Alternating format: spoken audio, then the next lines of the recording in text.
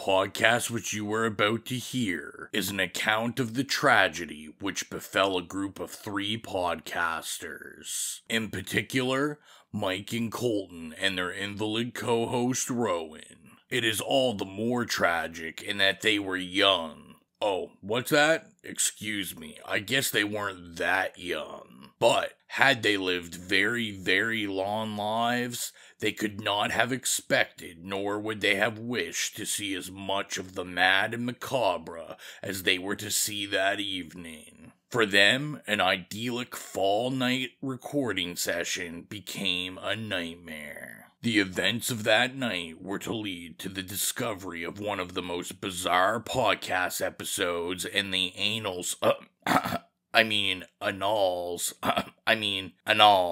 Canadian history, the Texas Chainsaw Massacre Review. What happened was true. The most bizarre and brutal series of crimes in America, the Texas Chainsaw Massacre. Even if one of them survives, what will be left? The Texas Chainsaw Massacre. After you stop screaming, you'll start talking about it. Rated R. We're going to expand our weekly video segment to take you into the back shelves of your local video store. Back where it says horror videos and where kids are devouring some awful films that we call the video nasties. Are you freebasing? Inquiring minds want to know. I have to break free from this culture of mechanical reproductions and the thick incrustations dying on the surface. Fuck the prime time, bitch! Mom with the new fletch. The pain, I can assure you, will be exquisite. As for our deaths, come with me and be immortal. We have such sights to show you. Gotta return some videotapes.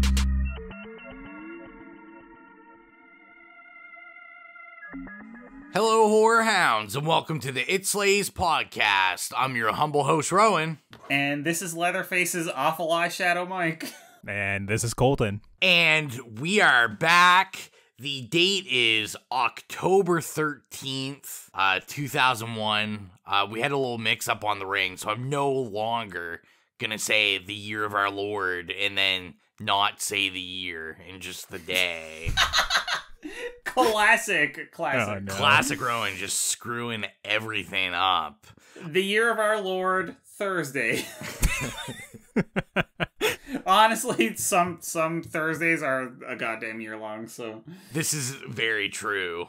So we are, halfway through spooky season, October. So I figured it's only appropriate that our question for this evening is, what have we been watching? Anything like that? Have we been getting into that creepy mood that is Halloween? We'll start with you, Colton. Yeah, well, you and I, we were kind of lucky enough there a couple of weeks back to kind of get like a preview to Mike Flanagan's Midnight Mass on Netflix. So, unlike the rest of the world, I actually prioritized watching that before Squid Game. So I watched Midnight Mass and thought it was pretty great.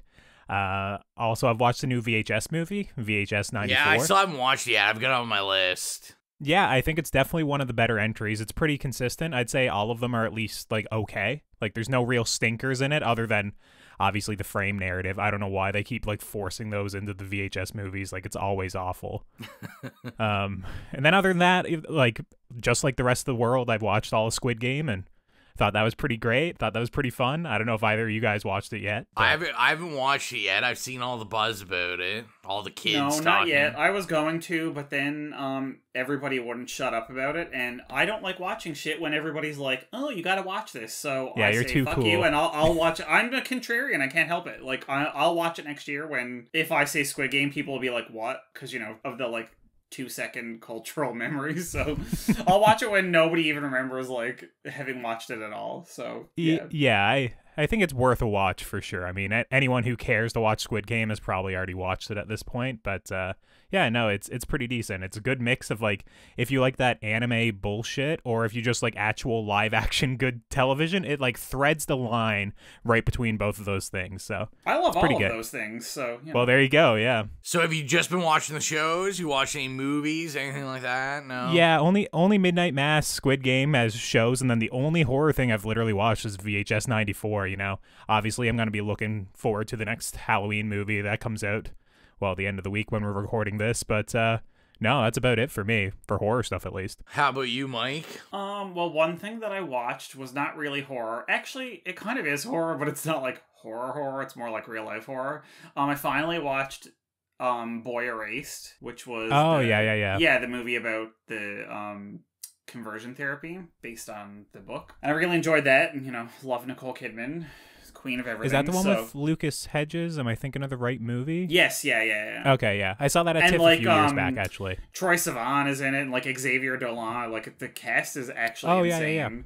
Yeah, it's really good. Anyway, and so horror-wise, me and my like gaming Discord group have been watching like kind of random movies every week. So funny enough, the last one we watched on Sunday was one of our recent picks, Jennifer's Body, because none of them had seen it before. So watching that with a bunch of people that hadn't seen it before was actually really fun. I knew all the moments and like quips and stuff that I knew they were gonna love. I was just like, oh, I can't wait. And just like Mr. Burns like steepling my fingers. Yeah, so I actually watched that for the first time like earlier this year as well. Like it was before you guys announced it, so it just happened to be like I watched it a couple of weeks before you guys reviewed it, so that was real fun. Yeah, and I mean, it's having a bit of a renaissance right now, which I love. So it was cool to rewatch it again this year. And then earlier the week before that, I watched, I was about to say Idle Hands, but that's what we have coming up this weekend. The Final Girls, which is a favorite of mine. It always makes me cry. And I love a good horror comedy, but like there's something about that just like there's 2 or 3 moments that I always just like I'm like I got something in my eye. I swear I'm like peeling potatoes. I was about to say cutting up onions.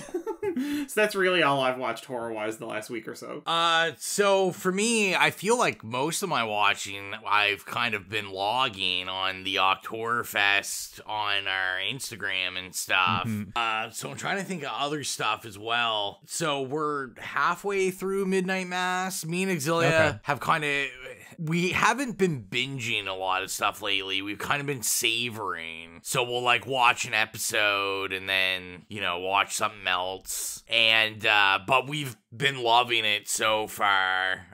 Yeah, it's a bit of a difficult one to binge as well because there's so many scenes that are just like really long, like monologues and very like, obviously they're very like thematic, all these big discussions. So yeah, if you watch it really quickly anyways, I don't know if it works quite as well. I was similar to yourself. I took like probably 5 or 6 days to watch the whole thing, I would say. So yeah, so we've really been enjoying that. I've finally finished my slog through Gotham, so I have finished the whole thing. The slog is being generous, I think. Yeah. Poor thing. I mean, it had its moments, but mostly failed. It was kind of sad because the kind of series finale of it, the last episode, I was like, if the show had been this the entire time, I probably would have been into it because they really... Is it like they introduced Batman in the last episode or something? Well, that's probably the least good part about it. It looks like they made the Batman... They only let them show the Batman suit for like 5 seconds in the very last frame, and it looked like it was made of like cardboard. But they kind of gave everyone like more traditional outfits, so like the Penguin had like a purple suit. They also gave him this ridiculous looking fat suit where it was only fat on the chest and like his like, what do you call it? Like foop area? Like the foop area? Foop? I don't know. I don't know what you call it. Mike is disgusted on the camera right now.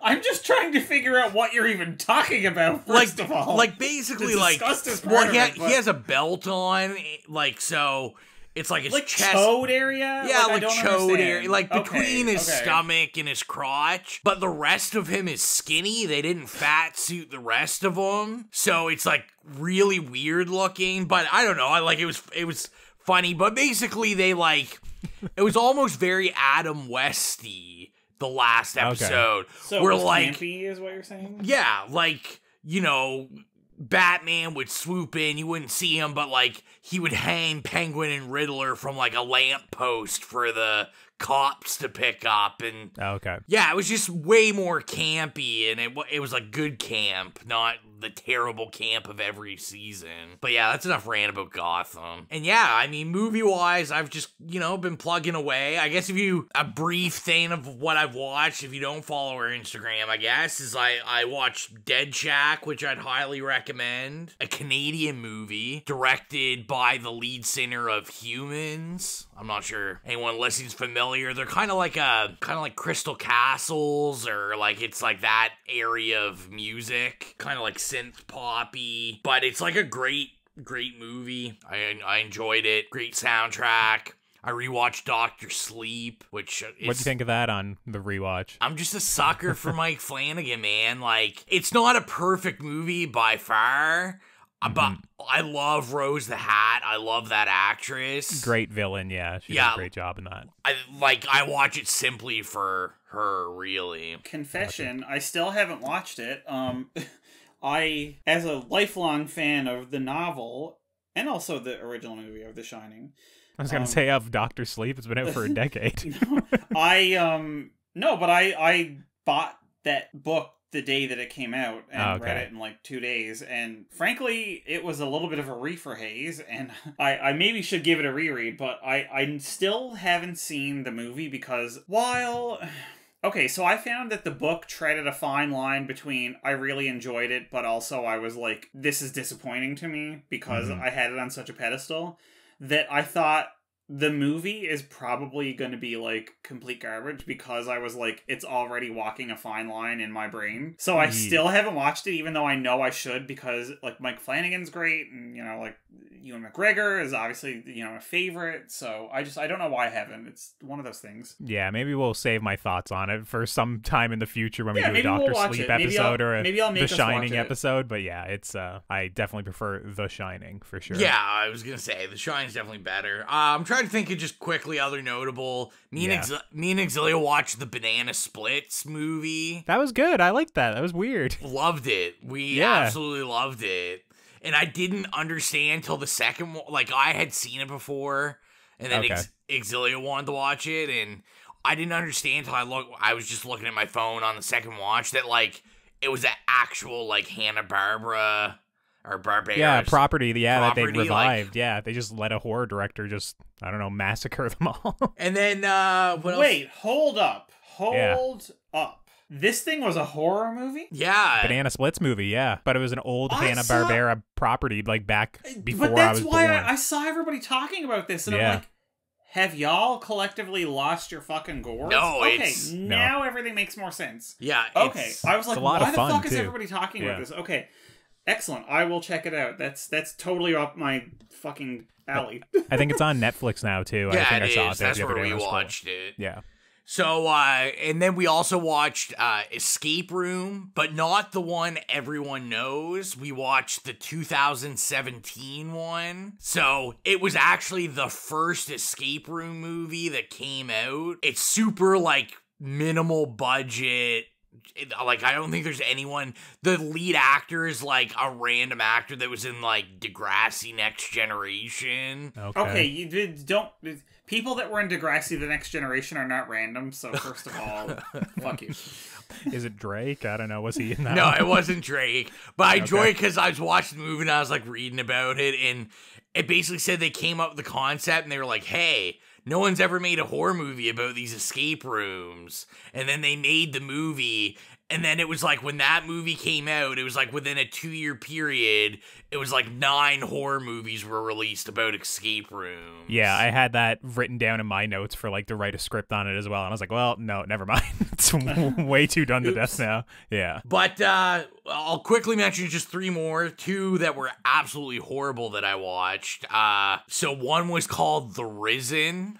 Is it a religious horror movie? So it was on, I watched it with a friend of mine who's really into like Lovecraftian stuff. Yeah. And it's on, there's this list he follows. It's called Mike's List. I take it it's just a guy named Mike that makes Different a list. Mike. Yeah. A different Mike. That makes a list of like all the great Lovecraftian movies. Yeah, I would never make that list. So this was... there's like a whole half dozen of them. But he's also horrifically problematic, so I would never make a list about him. This was on the list. This might be the lowest budget thing I've ever seen. Maybe. It's British. It's weird. It's like zombies and a wall with tongues or something, tentacles coming out of it. But it was kind of fun because it was like watching a video game cutscene. You could tell, like, it was that bad. But like from the GoldenEye era, where they're all like, well, it was just like everything was kind of video game-ish. Like the people woke up. It's basically shot in one place, just like this corridor that's dark that like they spent no money on. But it's like everyone wakes up, they only find out their names because they have a piece of paper that says like their names, their occupation and everything like in their pocket. And it's just like all the reveals were very video gamey. So I'll talk about the other bad one. So with my mother, I visited my mother over the holidays and she's a big horror movie person. So she was like, oh, let's watch a horror movie. I'll find something on Netflix and we'll just turn it on. I haven't seen. So she chose The Possession of Hannah Grace. Oh, yeah, just random possession movie. Yeah. Let's just say maybe a possible... I was hoping that you were just going to stop at the possession period. And I'm like, yes. No. Let's talk about it. The Possession of Hannah Grace, which was... Yeah, I feel like we just need to get really drunk and review it sometime. That bad, eh? It was terrible. It was rated R. I'm still not really sure why. To try and get people just in who care about that to watch it, I assume. Yeah, it was absolutely terrible. Now, I will praise the one good thing I saw, which I talked about with Colton before and I brought up before we started recording. So when I saw The Risen, we usually do a double feature when I go to his place because he's got a huge projector and all that kind of stuff. Nice. So he had torrented Horror Express, a Hammer horror film from, I think, the 70s, early 70s. And it was absolutely fantastic. It was my first Hammer horror film I've ever watched. I've seen some of the Hammer horror anthology show, but I've never seen a movie. And of course, like most Hammer horror, like it had all the usual suspects in it. So it was amazing. I don't want to say much about it because I feel like I might pick it someday or that. But it's definitely like if you love cool 50s monster horror and and like murder mystery, it's on a train. It takes place on 4 cars of a train. Oh, nice. Like it's amazing. Just watch it. It's awesome. I feel like we've just gone on and on for this question. Why are you using the word we? Yeah, it's really just me. Girl, it was you. Rowan's what he's been watching for the past 10 minutes. That's right. I'm just going to have to do like a bonus episode where I just talk about... Side podcast 2152, what Rowan has been watching, a list. 100%. What Rowan's been watching, what he thinks of it, his rating. So yeah, I say let's get into it. The main event might even be an understatement. The Texas Chainsaw Massacre, 1974. I said I'm going to call him Tobster. Some might call him Tobe Hooper. Tobe Hooper. I don't know. Toby is Toby or not Toby. Oh. Yeah. Iconic. Let's get in to the bio and then let's just get into it. So the Letterboxd bio is: Who will survive, and what will be left of them? When Sally hears that her grandfather's grave may have been vandalized, she and her paraplegic brother, Franklin, set out with their friends to investigate. After a detour to their family's old farmhouse, they discover a group of crazed, murderous outcasts living next door. As the group is attacked one by the chainsaw-wielding Leatherface, who wears a mask of human skin, the survivors must do everything they can to escape. Let's talk about first experiences. I feel, unless you guys surprise me that we've seen this before, I'll start. I've seen this 8 million times. 8 million? Oh, man. I've seen this a lot. This I've seen it, okay, guys? Colton, how about you?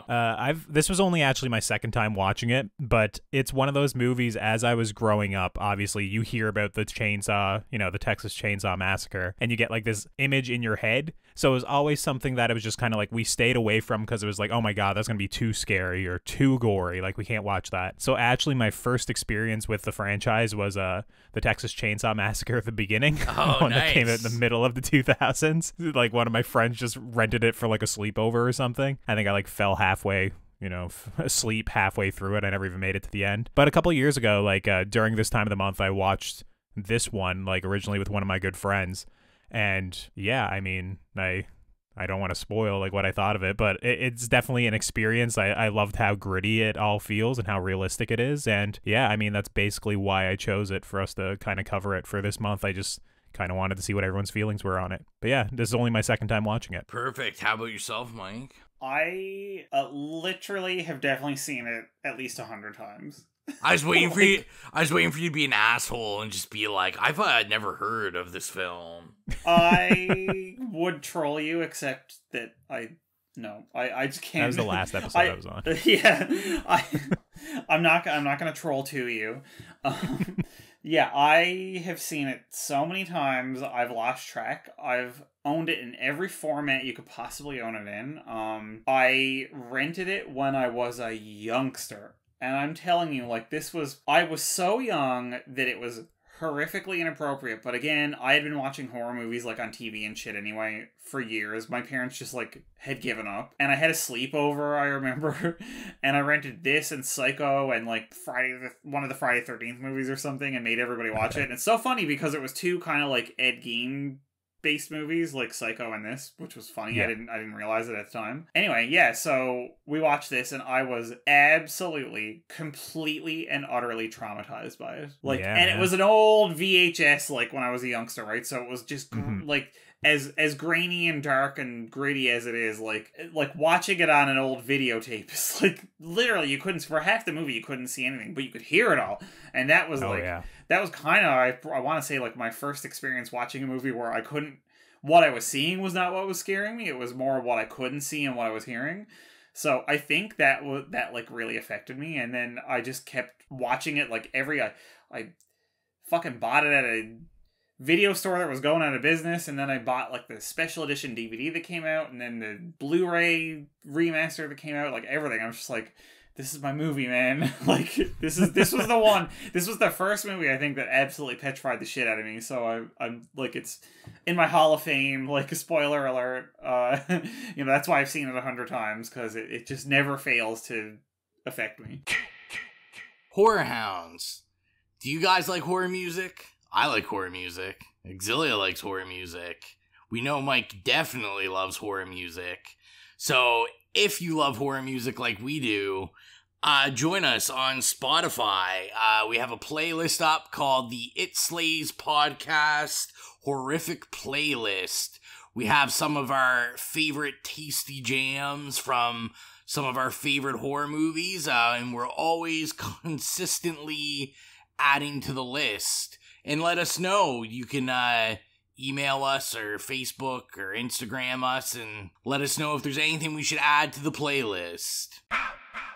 Yeah, I think it's interesting that you like point out the sound in the movie, because literally the movie opens and it's just kind of like a 30-second kind of like soundscape as, you know, you're getting quick cuts of like the grave robbery. Obviously, you know, you see like an arm here, you know, a foot here, but it is like the sound that brings you into the movie. And that was like my first thing I wrote down. I was like, man, this is like a really effective soundscape to bring you into the movie. Then contrasting that like towards the end of the movie where it's like all screaming and like this crazy chainsaw revving, it's like, man, it is it's unlike a lot of other horror movies I've seen. It's something different for sure. Yeah, I mean, the like sound on it is so like key, iconic. You know, like it's for sure. The you can't even call it the soundtrack because it's like more like just noises that are used to like underscore the scenes of terror, but like everything about it, like the breathing and the screaming and the chainsawing and the like rustling of the tree branches and, you know, those crazy like weird like camera noises and shit, and it's just like, oh my god, it's like, all there. Yeah, the soundtrack, like, since it existed before like Halloween, right, it's not like your classic like horror soundtrack. It's not like synths and stuff. It's just very weird. Like, it's like a bunch of rustic sounds and squeaks and shit. It's off-putting, and it just all like adds to the movie as you're watching it. Yeah, it is off-putting. That's like such a good description of it. It's very like John Carpenter's score is scary and creepy, but like it's not off-putting. Like, you want to own it. You want to like get a record of it and like play it on your record player, and you know what I mean? If you're sitting around listening pleasing. to this soundtrack. It's scary, but it's pleasing. Yeah. Whereas like this is not. You don't want to hear these sounds outside of the movie. Like, this is, you know. You're a crazy person if you're just sitting around jamming to this. You're jamming to this while you're like making a lampshade out of human skin. 100%, yeah. And it's kind of like, to me, when I start even thinking about this movie, it's kind of crazy. Like, you really have to take the context with everything that you see, that this is 1974. And like... This definitely, like, when I think about, like, 60s, 70s horror movies, even early 70s horror movies, this is not what I think of.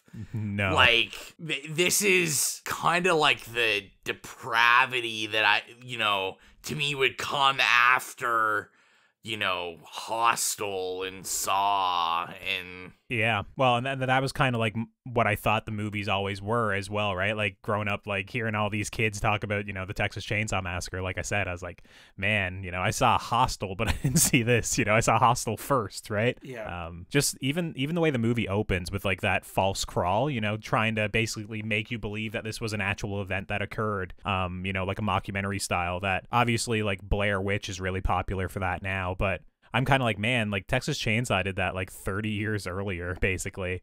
And it's really effective too, like with like the fake like news voice anchor, like going over it all and just reading it.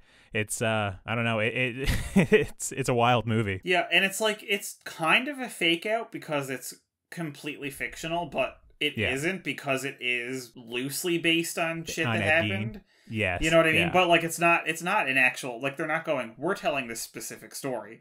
Like, it's pulled from probably 3 or 4 different sources of inspiration. So like, you know, if you push it, it's not inaccurate to say it's based on a true story, but like, you know, I kind of love that like push-pull of like, it's kind of a fake out to say that it's, you know, based on a true story, but it also isn't. Yeah, as it's framed in the movie, he's definitely lying to you, but there are kernels of truth. Yeah, exactly. Yeah. And I feel like off the bat, I have to say, like, the sound of the bulbs, the camera, the Polaroid cameras going, probably one of my favorite sound effects in horror. Like, especially like once you've seen this movie, you can't hear that sound, and like, you just, no one can ever use it unless it's a Texas Chainsaw movie. Yeah. Yeah. It was ruined. It was ruined. Yeah. And I mean, in the best possible way. Like, it was ruined in a good way. Like, they owned it. They completely owned it now. 100%. Now, as we just talked about, you know, this movie using words like depravity, what is your favorite scene in the Outbacks of Madness? Mine's like, it's so apparent to me because it's similar to like another movie I saw. Like, it's the scene when Kirk like winds up going into the cabin and exploring it, and then, you know, Leatherface just appears in the doorway and like smacks him with the mallet. It's so surprising because as like a modern horror fan, like we're used to kind of the beats of a scene. We're used to the music kind of ratcheting up, and then, you know, there's a pause, you know, because we're waiting for the, you know, the scare to happen. But like, once again, since this is like a prototypical horror movie, it's like they don't know the beats of a scene yet, so we're just watching it, and Kirk just walks in, and all of a sudden Leatherface shows up and just bludgeons him, and it's like brutal with his feet twitching. And oh my god, that actually, like, I see that in my nightmares, and you're right, because they don't telegraph it. No, like in modern horror, like you said, there's the beats, so it's like it's completely, you know, in place at the beginning of the scene. Yeah, and then like where he like drags him in and he closes the door really quickly. Oh my god, that door slamming I see in my fucking nightmares every night. Like, it is absolutely horrific. And I mean, this is like doing it a disservice, but I saw It Follows before I saw this movie. So one of my favorite scenes of It Follows is when the really big figure comes out behind the girl in the bedroom, and it's just like this really imposing figure behind. On the door that's frame, like yeah, the door frame. And that's like when I watch this, like, oh, holy shit, like that guy's massive. And like there's just something to me that it's just like, it's so scary. So yeah, that's definitely my favorite kill. It's just brutal. I'll go next. I feel like I always go last. You do always go last. You go now. I know. You're number 2. I feel like most people, in more ways than one. I feel like most people would be like, he's gonna say grandpa sucking the finger just because he's a weirdo like that. But it's not. Mine's kind of similar to Colton's, but mine is, I say iconic. I feel like almost every scene in this movie is iconic. But mine is the iconic scene of, what is her name? Not Kirk's girlfriend in Pam. Is Pam running out the door, and Leatherface just hugging her. Grabbing her from behind. Oh my god. Terrifying. And just, she's completely lifted off the ground. Like, and just ripping her into the door. Yeah, it's like an animal. Like, you grab a cat off the ground, and its legs or arms are just going everywhere. Yeah, and the reason like that's so scary is because like she's right there, like ready to escape, right? And as the audience, you're like, oh my god, she's getting away. She almost made it.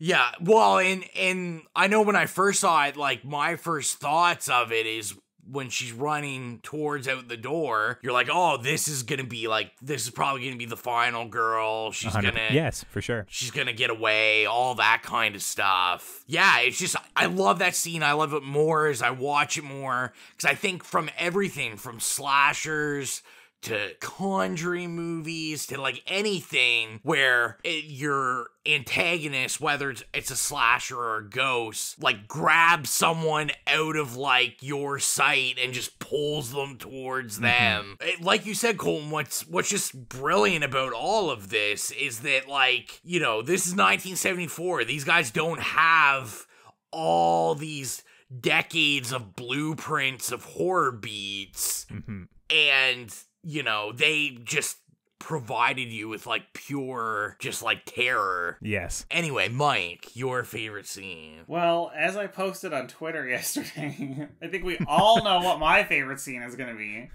The reason that I watch this over and over and over, besides the fact that the whole film itself is brilliant, don't get me wrong, but I literally, every time I watch this, I watch it for one reason, and it's I am waiting for Leatherface to pop out and chainsaw Franklin, and then to begin the most insane, sweaty, horrific, harrowing, terrifying chase scene that I've ever seen in any horror movie. And that might go on for a little bit too long. But I disagree.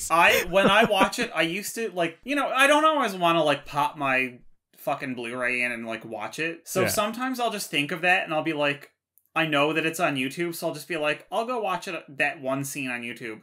And it clocks in at like 6.5 minutes or something like insane. And when it's over, I go, I wish there was like another 2 minutes.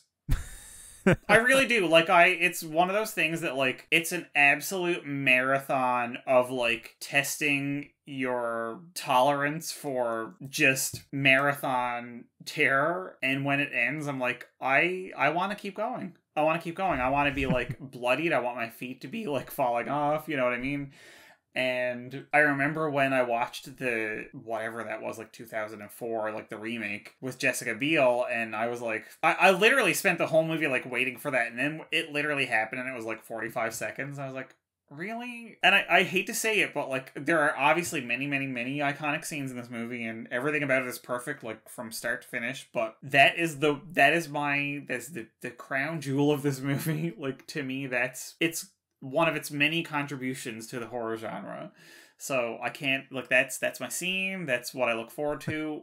When people ask me about my opinion on it, that's what I start with. That's my, like, framework for this whole movie. So I love the camera work in that scene, specifically when they're running through the woods in kind of like profile. Like they're running from left to right at first, and the camera like zooms like very deliberately like 4 times on Sally as she's running, and then as Leatherface chases her, it does the very same camera work, and then they do it again when they're running from right to left later on in the chase, and it's like it's awesome camera work. Like when I'm watching it, I'm like watching for the cuts to see like how did they do this zoom effect, and it is like seamless. It's very well done, especially when, you know, a lot of this kind of editing and the camera work of this movie is very like jerky and very like I don't know, it feels very rough, but it all kind of, you know, it all points to kind of like the overall feel of the movie. But in this chase, it is very well done at some key moments. Like it's very seamless. Yeah, and I think that the fact that like the skill, considering the like a literal no budget of this movie, from what I understand, like the skill on display during that scene. I mean, again, I don't want to like raise this to the detriment of the rest of the movie. Like, that's not what I'm doing. But I just, like, that scene affected me. Like, it's a personal thing. That scene affected me so much when I was young and watched this. Like, that set the bar for every movie I ever watched after that, like, that had a chase scene. Because it was just so terrifying to me. And like I said, like you said, it was so well done. It was so well shot. Like, everything about it is just perfection. And it's, like, just absolute terror. And, again, if you watched it on an old fucking shitty rental tape, like, you could barely see anything. Like, it was just like, oh, like, what's happening? You can just see the tree branches and her pants and the smoke from the chainsaw, and that's it. Like, yeah, it's definitely not well lit. No, exactly. But it gets the feeling across. It's horrifying, I spent a lot of my time when I was growing up out in the woods at night, you know, in the middle of nowhere, because, like, my cousins have, like, dairy farms and stuff like that, so we would just spend our time, you know, out in the middle of nowhere, essentially. And anytime I was out in the woods after dark, like, you can't see anything. Like, if there's no full moon or shit, like, you can't see a damn thing, and it's absolutely horrifying. So watching that, like, it's so realistic and gritty, because, like, it's not, like, lit like a Hollywood movie, you know? It doesn't have that, like, blue, you know, sheen and all that, which is fine. Like, I love that too. I love style and aesthetic, but like, it was just so terrifying because it was so real. I was like, I truly feel like I'm literally just standing there in the woods watching this guy chase a woman with a chainsaw. You know what I mean? Like, that's hands down why it's so scary to me. Well, and I was gonna say, like, as we talk about, you know, the amazing cinematography, this is like guerrilla filmmaking at its absolute best. Which, side note and fun fact, I was reading about, we were talking about the lighting. So I had looked up, and it said basically they mainly shot this film with an Eclair NPR 16mm camera that shoots with fine-grain, low-speed film that requires 4 times more light than modern digital cameras. Which I think is why you get those effects late at night, where it's like, they probably do have some big-ass light shining on it. It's just, you know, shooting at night, as someone who's done it one time, it's brutal. So, you know, even more so when there's actually a restriction like that, right? But I mean, if you're out in the woods, like, all those trees everywhere, how do you fucking light that? Like, how do you light that, right? Like, generators, I guess. I don't know, right? Like, that's what I had to do, but but like I was saying, with the cinematography, and the reason I think it works is, you know, I think about, like, I remember going to the theater and seeing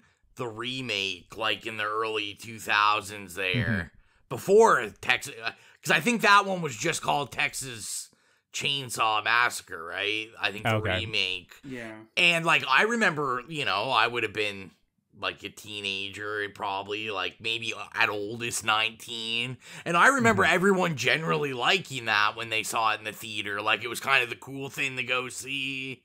They're like, oh, yeah, this isn't, you know, this isn't that bad. I feel like it's kind of had a life after the theater. Like, people seem to have fond memories of that. But I think one of the things that's interesting on why I think it doesn't work is because, you know, it was a big budget remake. Too polished. It was super polished. You can see everything at night. Everything's perfectly lit. And it just, it doesn't create that terror. And Mike kind of, you know, brought up this fact about, like, seeing this on VHS. And, you know, as someone that is absolutely obsessed, you know, my huge Blu-ray collection, but there's a reason, like, in my bedroom, I still have a, like, 24-inch television and a VHS player, and I have, like, select VHSs. Oh, you're hardcore, man. Hardcore. Yeah. But, I mean... he's watching that tape from The Ring. Like, but I they mean, go to bed, and he's like, I'm gonna put The Ring on now. Hang on. That's the thing with these old movies, though, is because I think the experience that a lot of people lose, even with something like, you know, this film on a 4K and stuff like that, is... Like Mike said, you couldn't see shit on the VHS. So our imagination had to make up half of the stuff at night. You could barely see what she's running through. So you're like, I don't know what she's running through. Well, as someone who hasn't seen it on VHS, I mean, like, the griminess and the grit and the imperfections are like all over this movie the entire time as you're watching it. And it just adds to this whole feeling of, like, this grungy look to it. Like, the thing is, like, at the end of watching this movie, like, I kind of feel, like, dirty, like, watching it. Like, yeah, absolutely. You know, it's you gross, feel it's sweaty grimy. and covered in mud and blood, and There are scenes that almost feel like you're watching a snuff film, and then you go, oh, never mind, the cinematography's too good. It's not actually a snuff film. It's beautifully shot. This is not a snuff film. Yeah, it's weird. Like, it all works so well together. Like, when I'm watching it, I'm like, oh, this is kind of overexposed here. Like, their skin kind of looks orange here for whatever reason, but it's just like, I don't know. It all works. And that's the perfect description of it, because, you know, I was thinking, like, I watched this right before we recorded, and I, like, we were eating supper watching it, and, like, I stopped the minute we turned it on, I stopped eating, because I knew every time I watch this, like, it's a movie I can't eat. I'm just like, it's gross. I feel gross. And I mean, this is coming from a guy that owns a copy of and has watched a Serbian film more than once. Oh, man. And there's just, it's weird. And it's really weird because even though it's low budget, like, even though, you know, we haven't even got into the fact that there really isn't any gore. Like, really? Not by modern standards, no. It's, you know, a bit of blood here and there. But it doesn't live up to what you expect with a Texas Chainsaw Massacre. You expect, you know, put the words people's chainsaw arms and legs and massacre together in the title of a movie. Like, Franklin's getting chainsawed, but Leatherface is standing in front of him the whole time. So you never... you can't see it. You never see anything, but, I mean, there's lots of films that, you know, we see everything that you're like, whatever. I'm gonna say, I think the only scene where, like, you see a chainsaw actually doing any damage is the brief cut at the very end after Leatherface falls down. Gets his and leg. the chainsaw cuts into his leg, and I'm like, oh yeah, look, a little bit of blood spurts out, and you see the, like, right. the kind of, like, fat of his leg kind of, like, come out through the pants, and I'm like, that's, like, the only gore in this whole movie, right? Like, other than blood. I'd have to go back and watch now, but do we see anything when Pam's on the hook? Like, she gets put on the hook, and then... Yeah, I was going to say, like, literally, do we see there's it, like, not a drop of blood. No? There's nothing. You don't see But that's, anything. like, how effective the movie is, because in my mind, I think back, like, I think I even have it written here that, like, oh my god, this scene's horrific. Like, when... Yeah, you know, it when, is. When Kirk's getting sawed apart in front of her, you know? Other than the chase scene, that would have been my other favorite scene, and by favorite, I mean, it, again, scarred me forever, was seeing Pam hung up on the hook while she was, like, still just kicking. Mm-hmm. But, like, there's literally nothing. Like, there's no blood, there's no gore, there's nothing anywhere. Like, you see the chainsaw going down in front of her, but, like, you don't actually see anything. Yeah. And when she, like, pops out of the freezer at that moment later on, you know, when Jerry comes in, you don't see anything. You don't see, like, a wound or anything. It's just like she's just a corpse. Yeah, they did something with that too. Like they definitely cut out some frames or something. Like they made it really like jerky when she pops up out of the freezer. Yeah, like, it's very startling. They definitely really jarring. spliced that up a bit. Yeah, it's jarring because of that. Yeah. Mm-hmm. Yeah, I mean, like you said, like in that's the thing. You don't see anything. All you see is like sweat and like basically their faces screaming. And I thought this would be a fun fact to sprinkle in that I read. I was thinking about how shitty it probably was to make this movie in Texas. Mm-hmm. So I was reading about it, and they couldn't afford to cool the house. So they had no fans, and the temperature when they shot it peaked at 43 degrees Celsius, 110 Fahrenheit, and reminder, we're Canadian. Yeah, that's why I had to give both. And they were talking about an interview with the guy that played Leatherface. He said he wore the mask 12 to 16 hours a day in that weather. Oh my god. That just like glued onto him by the end of it. Jeez. So I was just saying, like, even more amazing is the sweat. It's real. It's just 100% real. Well, I read as well when I was looking into this a little bit. Apparently, like the blood inside the house, like they got it from like a local slaughterhouse, so it was actual animal blood like splattered inside the house. So baking in a 40 degree. Baking, yeah, and then also the Excellent. production designer also picked up roadkill and different states of decomposition to put throughout the house. It's I don't know, man. That must have been one stinky ass house. That must have been torturous. But it's also like the brilliance. I think that of moment why it when works. like Pam is like retching after she goes into the room. It's like she's it's not probably acting. just like, oh my god, this absolutely reeks.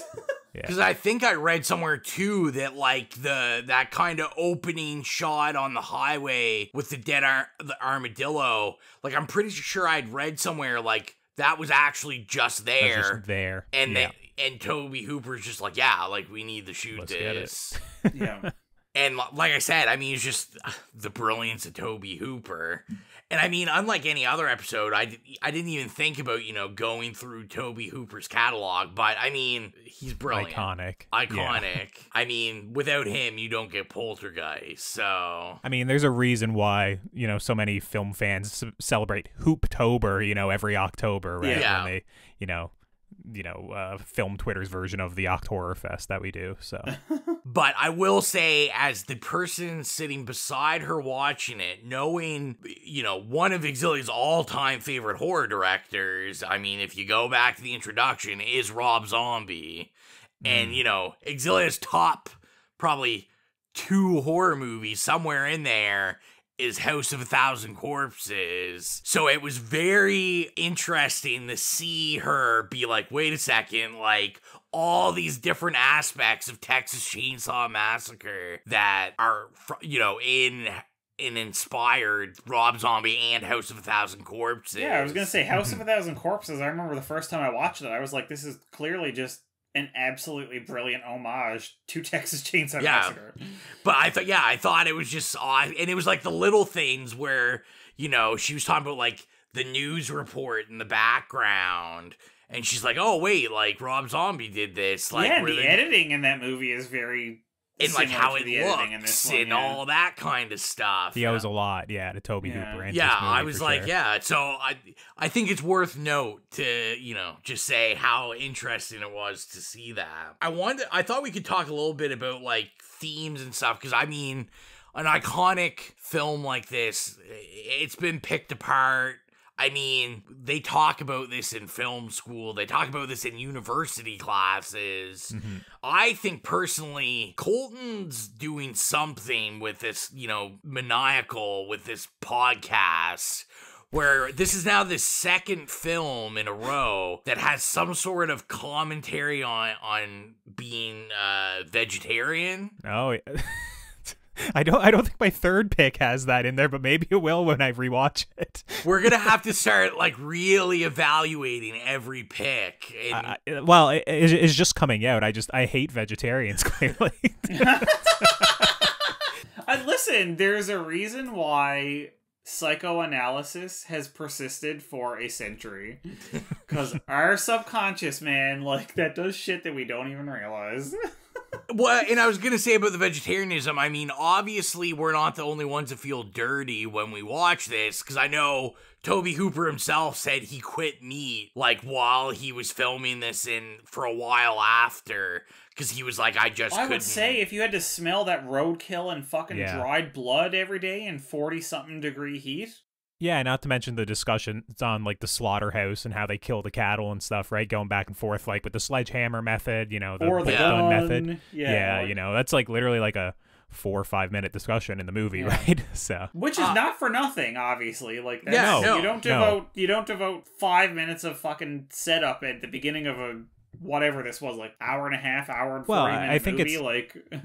Well, it's also like as soon as Leatherface comes out and hits Kirk with the hammer, like the first thing in my mind is like that discussion about the sledgehammer hitting the cattle. You know, it's like it's equating like when cattle is killed to like how they're killing the people in the movie, and you know how they're cannibals and stuff. Like there's you know, it's bringing up all these different ideas that you've heard discussed, you know, 20 minutes beforehand. Yeah, and I mean, one of the themes that I feel is probably the most, you know, kind of talked about when this is, you know, psychoanalyzed is kind of, you know, and Tobe Hooper talked about in lots of interviews about it, where, you know, this film is kind of his critique on like American life and the progress, which, you know, the sledgehammer, all that stuff comes into play. Because I mean, we're basically, you know, under the surface, that entire conversation is about, like, industrialization. Yeah, it's like automation. Yeah. And how that, like, dehumanizes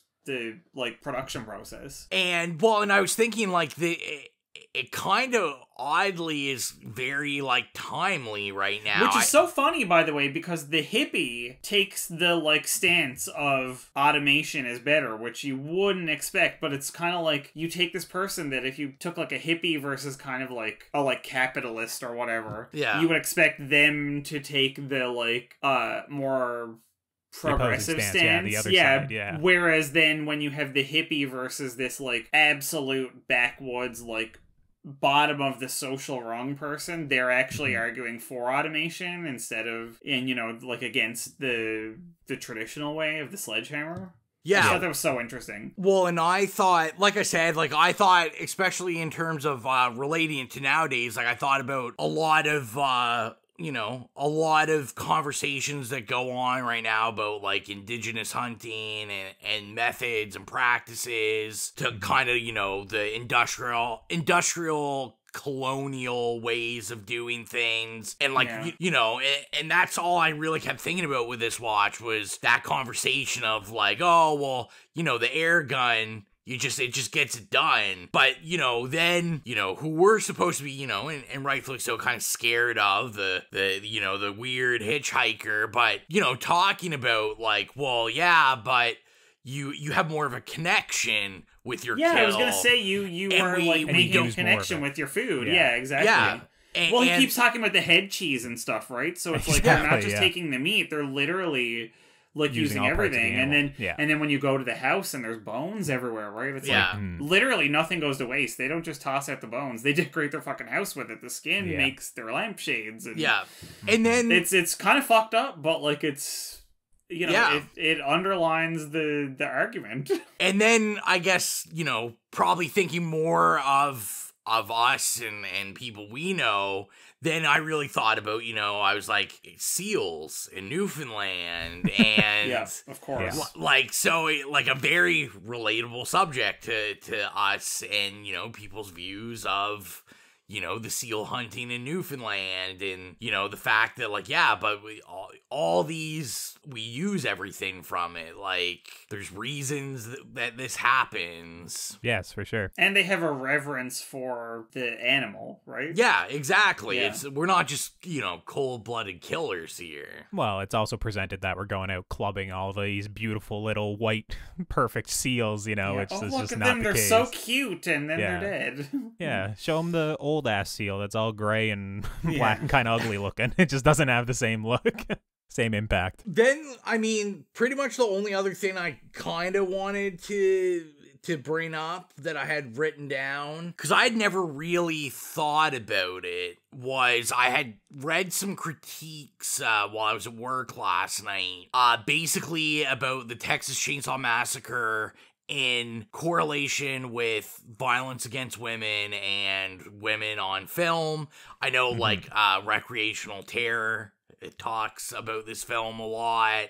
I mean, pretty much any of those, you know, books that deal with horror and women in horror. Well, I mean, and think of the apex of early and still to this day, like, absolutely devastatingly, like, seminal horror critique, Men, Women, and Chainsaws. Yeah, yeah. Like, they literally, the whole concept of the final girl takes its title from this movie, essentially. Yeah. Yeah, well, and like I said, so I thought it was interesting looking in the lens, because I know a lot of the critiques on this have been that when you look at the kills, like, the men are actually all killed off pretty quickly and pretty painlessly. Efficiently, yeah. Where all the women's deaths in this are, like, prolonged, they're suffering.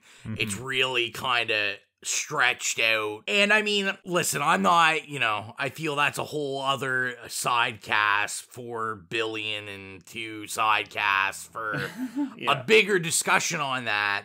But I think like any of us or anyone, we always say to listeners, like, I think the best way to really appreciate any of these films is to really dig into them, think about, like, the deeper meanings, the critiques.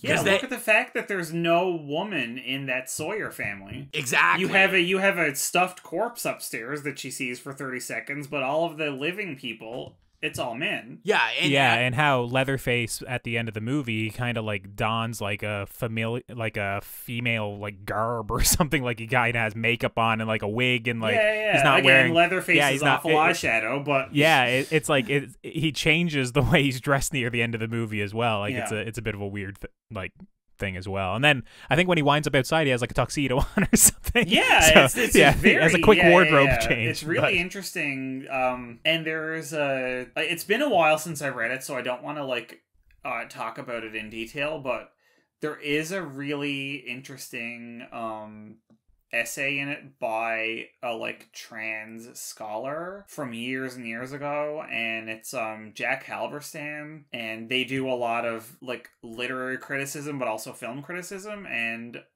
there's a really great collection called Skin Shows, and it's about like gothic horror, and there is actually a chapter that does talk about like skin and drag in Texas Chainsaw Massacre, so it's definitely worth checking that out, like, you know, if you're interested in that kind of like deeper dive of like gender criticism and like and that's kind of the thing too, like we're 3 men on the podcast talking about, you know, you women in horror movies, which is like, I don't know, we're speaking from a different viewpoint. Like, yeah, I understand what they're saying, but there's also just literally, I don't know, it's a thing with horror movies that the final girl is a thing, it's not the final guy, right? There's just something scarier for whatever reason about like a woman screaming and running away from these killers than a lot of times like a dude for whatever reason. Like, I don't know, like obviously there's examples where there's a final guy, but it's a lot less common. As I was watching this, I feel like it counterpoints to like something like a detective movie where it's always a dude, like a cop or something, confronting somebody. Yeah, that's right. True like too. Yeah. I have no interest in that, whereas I love slasher movies because I love the final girl. Sorry to interrupt. No. Yeah, no.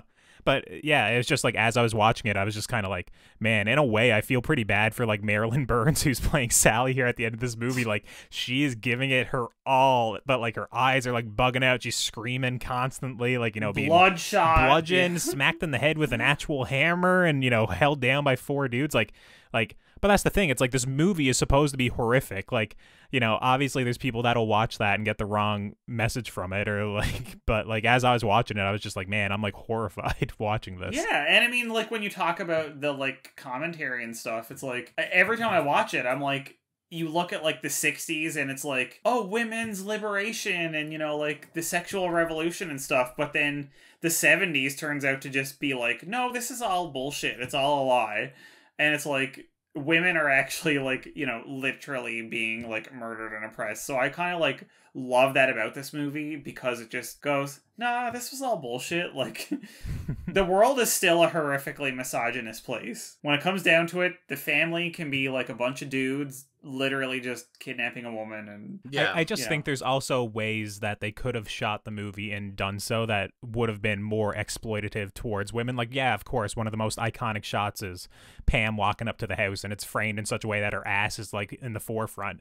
But there's lots, like, modern movies, like you go watch like any like modern Hollywood blockbuster, like it's just as exploitative like as like this movie would be. And they do, I think there was, I didn't make a note of it, but when I was rewatching it, I did notice that they did sort of mimic that shot after that.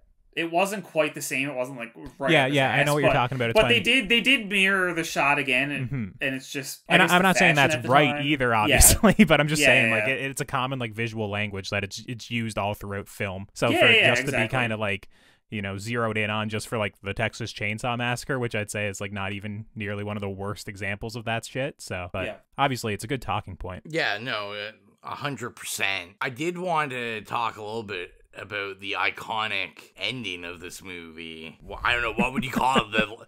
The Leatherface dance? I feel like we're just gonna start having this like hall of famous horror movie dances. It's a good dance, man. Yeah. He can definitely join in on the troll dance. So it was funny, like when I was watching this, I was like, okay, I remember Sally gets away in the back of a pickup truck, but I was like, who the hell picks her up? Like, I remember, you know, Leatherface dancing in the sunrise. Like, I was like, how does this all come together? And the fact that it's just a random truck driver like pops up and, you know, drives her away from this like chainsaw wielding maniac. I was like, well, and that's convenient. The whole time, every shot, he just keeps turning around and looking at her like, what the fuck? You like, seeing this? Yeah, he's like looking back and she's like, you know, screaming psychotically and stuff. And he's just driving, but he keeps looking back like, okay, like what the fuck just happened?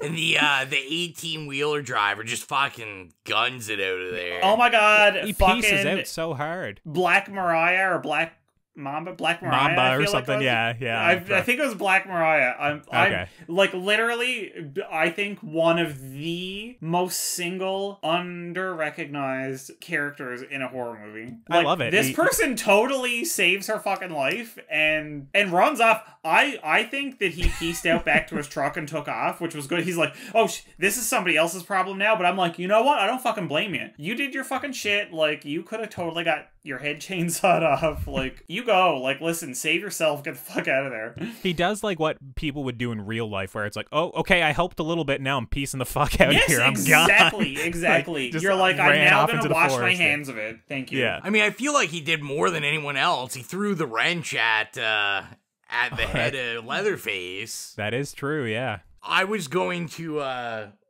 say, we haven't shown any love to Grandpa, really. Oh my god, do we have to show love to Grandpa? He gets to suck on, like, Marilyn Burns' actually cut bloody finger, so I don't know. So creepy. Yeah, no. And also, like, I always thought it gave it, like, that was kind of my only issues every time I see this I have with it, because I guess, like, he's definitely creepy. Like, I get the look, everything, but it kind of never made sense to me, because I'm like, this isn't a universe that's, like, supernatural, like, anything like that, so I didn't really understand how Grandpa existed, because he basically looks like he's dead, like he's a zombie. Yeah, he looks something. like a corpse. Yeah, the old age makeup, I think that's literally like a budgetary thing where he just doesn't look good. Yeah, like, the first time I saw it, I thought it was a corpse when I showed it to my fucking sleepover that night. Mm-hmm. And I was like, oh my god, the corpse just started to move. Like, at first I thought they were just, like, Weekend at Bernieing him. I think they're trying to evoke that, though. I think it's just, once again, it's, like, just how macabre this movie is. I think they are trying to make you think it's a corpse, and then, like, when he starts to move and his eyes move, I think it's supposed to be, like, unsettling. Like, yeah, and I mean, you know, obviously, you know, he's very explicitly trying to evoke, like, this kind of, like, dead, dying, old way of life, right? So, having this corpse and them, like, oh yeah, look, Grandpa, we're gonna take your hand and, you know, move it. It's, like, very much, like, trying to kind of, like, keep the family tradition alive. Like, literally, it's your puppeting a corpse, but, you know, you're doing it desperately to keep it going. And I don't have that many problems with it. Like, it's still fucking creepy, so... No, me either. It's that scene is obviously, like, horrifically unsettling. That whole scene of them at the table, even this watch, like, I think it does what he wanted me to... Maybe I'm old and I know what older... I know I'm getting old because I know what older people are like, where they're like, turn that damn noise down. And, like... It's going on, and I'm looking at Zillion the whole time. I'm like, oh my god, this is like so loud. There's like 80 things going on at once. Mm-hmm. But then, like, you know, I'm also like, that's exactly what he's going for. Is this like, it's just chaotic. Like, the family members are yelling at each other. She's screaming. Like, you're there. You're there. That's what it would sound like if you were there. And it's it like devolves into noise. Madness. Yeah. And it's just, Toby Hooper. Tobster. Ladies and gentlemen, Toby. I mean, one thing I feel we do have to kind of reckon with is, you know, the pantheon of iconic horror villains.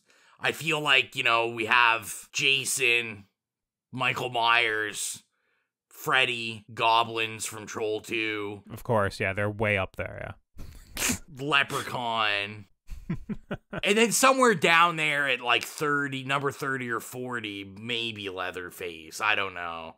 I don't know how many people are in the Leatherface. Oh man, I love Leatherface. I'd put him way up higher than 30 I'm obviously being very, very wrong. Okay, just making sure. Leatherface probably is in like that top 4 of icons. I mean, he doesn't have a lot of personality, but like just as like a force of nature, being like absolutely massive, the chainsaw is terrifying. His leather face made of, you know, human skin. You know, I don't know. I love Leatherface. Also, there's like a goofiness to him too, which is like kind of interesting. It's very like cacophonous against like how imposing and like terrifying he is, but also he's kind of like goofy and groaning, and, you know, has a weird high pitched voice in this when he speaks at the one point. Well, and then like we were talking about earlier, the scene where he sort of like takes on the like the maternal role or the whatever, maternal role and puts the like hideously bad, what's obviously supposed to be the woman face, with the awful garish makeup, blush and blue eyeshadow and stuff, right? Like, it's And I was gonna say, and I guess the goofiness was definitely explored in Texas Chainsaw Massacre 2, and I feel with the remakes, see, that was kind of, you know, and I feel like this is always the issue with remakes, is not only did we get the remake in the 2000s, but then we got like a couple other movies where it's like, well, we've got to explore Leatherface. Like, how was he born? His origins, Yeah. Where, you know, the reason this works is because I don't fucking know anything about Leatherface. I just know he's, popping out of that door, smashing a guy in the head. That is why massive. That's why he's terrifying. He's just literally in this movie. You get the snatches. You get the, like, background of, like, oh, you know, our uncle used to work at the slaughterhouse, and you kind of, like, infer from there. But, like, you're really making your own backstory to it. Yeah, like, literally when... way more terrifying. When you see him, it's like, oh my god, that's a big motherfucker. That's, like, it. Like, he is huge. And then you're also like, what, was there something wrong with his face? Like, what, you know, if you don't know anything about him, like, his face looked weird.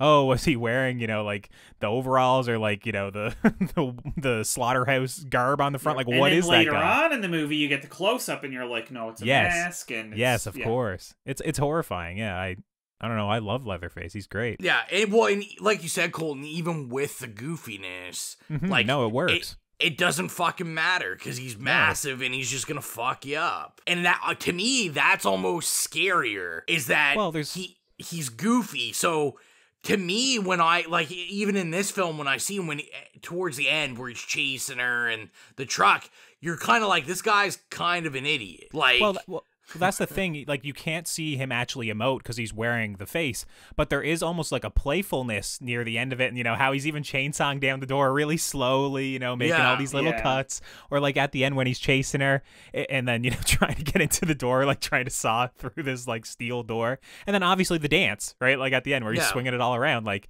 it's so like silly, but it's also like the movie is still horrifying despite him being silly at times. Yeah, it's awesome. It kind of gives it that like element of like, how inbred is this family? Yes, right. It does. Like you think, is this the result of like just decades of them being out there in the middle of nowhere? Mm-hmm. You know what I mean? And like what kind of mental illness is happening and what sort of genetic defects are at play.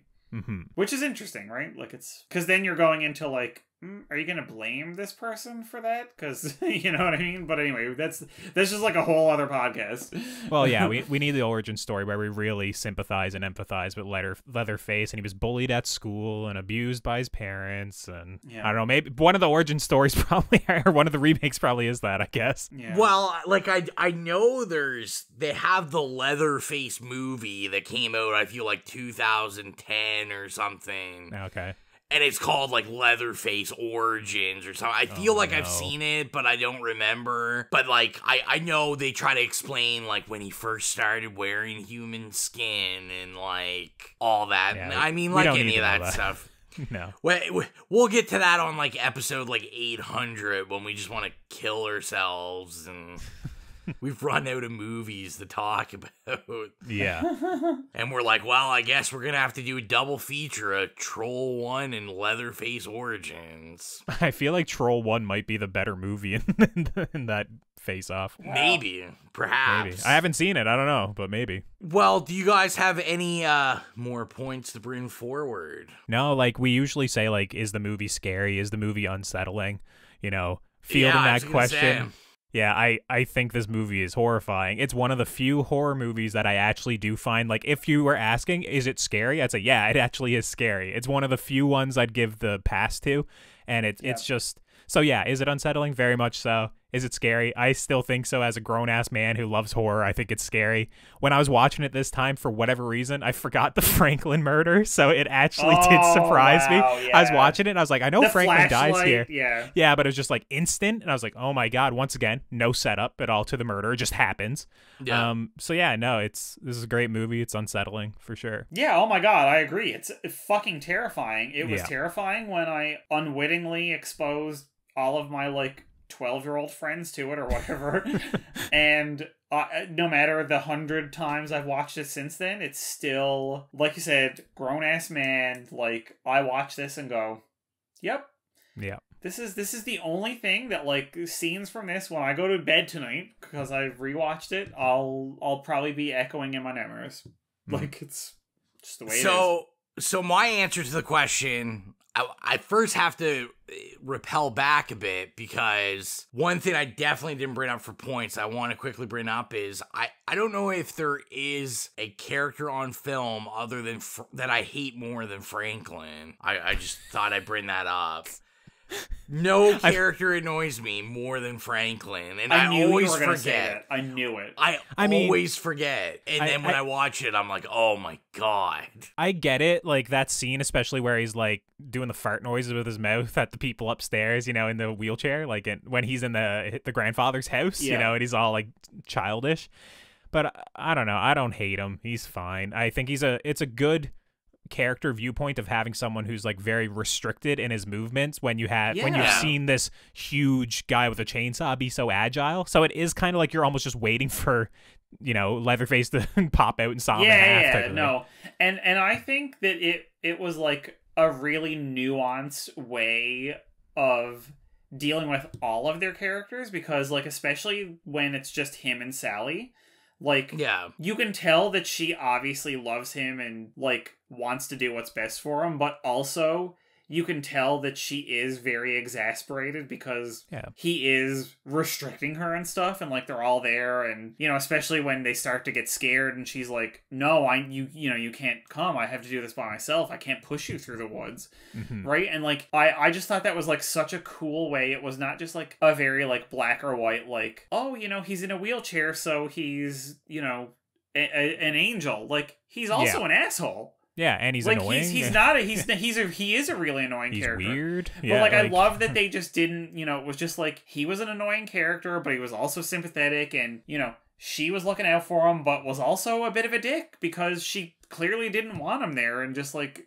took him out of spite or whatever. Like, well, to me, it feels like a real like family relationship, because even when she's angry like with him and like she wants the flashlight, and she basically says, well, frig you, I'm just gonna run off by myself. Like, he like wheels after her, and then like you can squint and you can see it that she waits for him and actually does like grab onto his wheelchair and push him through the forest there. Yeah, it's a really nuanced, like, it's such a cool relationship. Like I said, I do get it. I like, he is intensely annoying, but he's also like very human. They're all human, which is, I think, why we love this movie so much, because they just it looks like it feels like you're just watching a bunch of real people, which is why it's so fucking creepy and gritty and scary, because you feel like a fly on the wall in that van. Like, they just feel like actual human beings. Yeah. I mean, I'm not going to say much for the Is It Unsettling? You guys said what we've been saying. This movie, I mean, I still haven't eaten supper yet. So I've got to wait till this is packed away, and I don't need to watch it anymore. Maybe this is a reason. I said to Exilia, I said, it's weird. I love, it's weird. This is a movie I don't own. I don't own a copy of this movie. Which is for, I can't believe it. Yeah, but for physical media collector, to me, it's because I'm like, just give Scream Factory the rights. Scream Factory's put out all the other ones. Yeah, but the people that put out the 40th anniversary, I can't even remember who it is. The Blu-ray, I'm telling you right now, and anybody who hears this, is immaculate. I said, I've watched this 100 times in my life on every VHS, TV, DVD, everything. And when I bought, it was a real trip trying to get a copy of that 40th anniversary Blu-ray, a few years ago here without ordering it in. Like, I kept waiting for our local store at the time to get it in, and it kept selling out, and it was very expensive. And I finally got a copy of it, and I went home and I made a night of it, and I was like, this is probably going to be really disappointing. And I was like gobsmacked. It looked so fucking good. Well, I'll cave and I was just about to now, say, was there a lot of extras and shit? Here, no, but like, it looked like they very clearly put all their effort into like making this look beautiful. Awesome. Just a reminder to follow us on all of our social media at It Slays Podcast. We're on Twitter, Facebook, Instagram, soon to be on Tumblr. Of course, we're on Spotify and iTunes. And if you're adding us on iTunes, don't forget to leave us an iTunes review. It doesn't even need to be 5-star. We appreciate 5-star. But the most important part is we want to hear from you. So write us a text review in the iTunes app, and we will make sure to give you a shout out on the podcast. Every review helps as it bumps us up in the search engine, and that's what it's all about. Back to the podcast. So now we will get into our ratings. If you're new to the program, our rating system is nay, okay, yay, or slay. And I am going to kick this one to Mike first. Oh, bitch, you best believe this is getting a slay for me. I want to say I wouldn't watch something 100 times without it being a slay, but that's not true. We all know that there's like at least a dozen movies in my repertoire that are absolute garbage that I will just keep watching for whatever reason, because somebody's in it or because it has a good soundtrack or, whatever. I'm horny for it. I don't know. But this one, I just think is like a literal perfection. And you know what? I don't agree with the whole like horror canon. Some of them I'm down with, and some of them I just think are overrated, but I don't think there's any way to overrate this. And that's why it's a slay. Like, it's, no matter how you slice it, like if you look at it from just like a purely kind of like visceral, watching it as a layperson movie, it's horrific. If you look at it from like an academic, like critical perspective, it's amazing. Like, any way you slice it, like the Venn diagram of like all the kind of like elements of film and like the experience of art all overlap into this like perfect storm. So it's a total slay. That's all I have to say. All right, well, we'll go to Colton. I mean, let's see if Colton does a zag and gives it an A. No, I'm in complete agreement. Yeah, this is an easy slay. I mean, when a movie actually makes me feel something other than just like, I'm angry or I'm sad or whatever, where it's like I feel dirty, I feel weird for watching it. Yeah.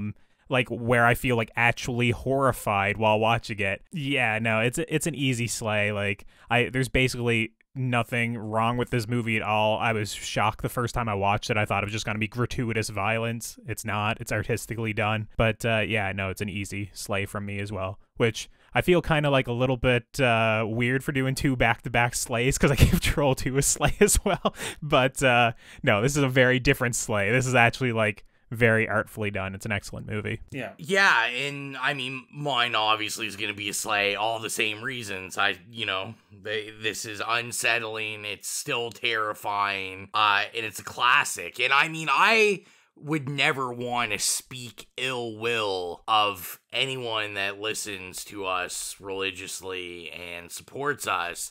But if you've made it this far and you've never seen this movie, like, oh my God, what are you doing with your life? What, yeah, right? Like, even though we've talked it to death, like, yeah, like, shut it off and watch that movie. Like, shut it off and watch it immediately. Mm-hmm. Like, it will be the best decision you have ever made.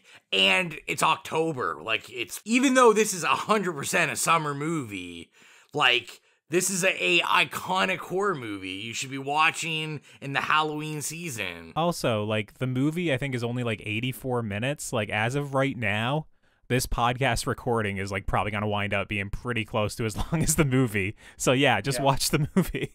Yeah. Seriously.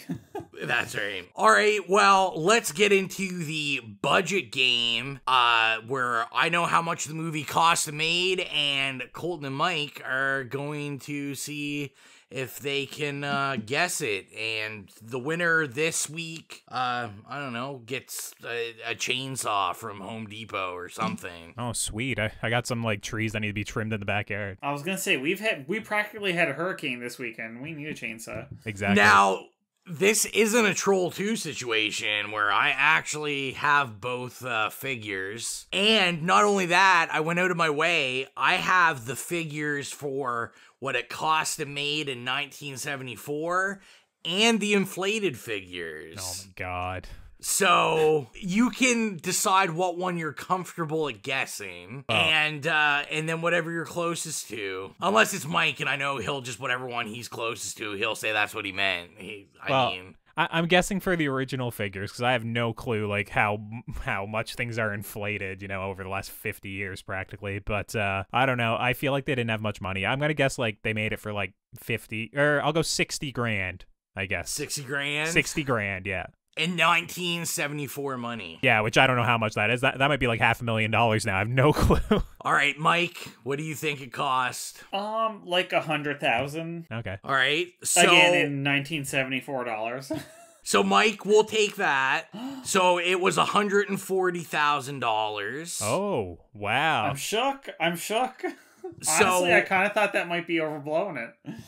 For inflation, nowadays, that would be $700,000. Okay. So, I mean, still low budget. Well, yeah, it's like under like a regular A24 horror movie or something, right? It's pretty low budget. Exactly. Now we will talk about what this made. Mike, why don't you start? I'm gonna say $4 million in 1974 dollars. In 1974 dollars, $4 million. Oh, it made way more than that. Think about all the different sequels and whatnot. I'd say this made like I'm just like talking like theatrical run in the original like year. 40 million. This terrified a nation, okay, I bet. Fair enough. So Colton will take this one. I'll give you that. In 1974, it made 30 million. Okay. Girl, Jesus Christ, me like $2 million, Bob. In today's inflation numbers, that would be $150.8 million. Jeez. Yeah, not too shabby. Not too shabby whatsoever. So definitely, yes, scared a nation. Yeah. Now, I would assume this was definitely like a huge drive-in movie. And yeah, I would think that this played all the time. I would think so as well, yeah. So just a mammoth. And like you said, Colton, this spawned, like 4 sequels and then all the remakes and their sequels. Yeah, it It was basically like in my head, I was like, I don't think it was as successful as Halloween, which I know made like 50 or 60 million, but like, yeah, come on, it had to be pretty popular. Oh yeah, like, it was absolutely massive. Hey, are you interested in becoming a horror hound? Then join us at www.patreon.com/itslayspodcast and check out everything we have to offer. We have cool things from podcast shoutouts to picking movies all the way to maybe getting yourself a free t-shirt. So if you're interested in joining us and becoming a horror hound, join us at patreon.com/itslayspodcast. So all that is really left is to announce the next movie for OCTHORRORFEST, which I laugh because we get to a mic pick. Ooh. And I was keep your laughter to yourself, bitch. Okay. And I was thinking about this. I was like, I think we conned Exilia to do this episode. I couldn't remember. I know Exilia, if she's doing this episode, wasn't happy about it. Well, I want to be on this episode because I want to be here for like a good mic pick. So I'll be there for it. Be on it. Yeah. I hope so. That'd be excellent. I can't wait. I truly can't wait. I can't wait for everybody on this podcast to be pissed off at me. Yeah, I just hate you. I'm like, yeah, I live for it. It gives me energy. Like, do you want to announce what it is, or? It's The White of the Eye. I'd like give some info about, but I have no fucking idea. Yeah, I literally never heard of it.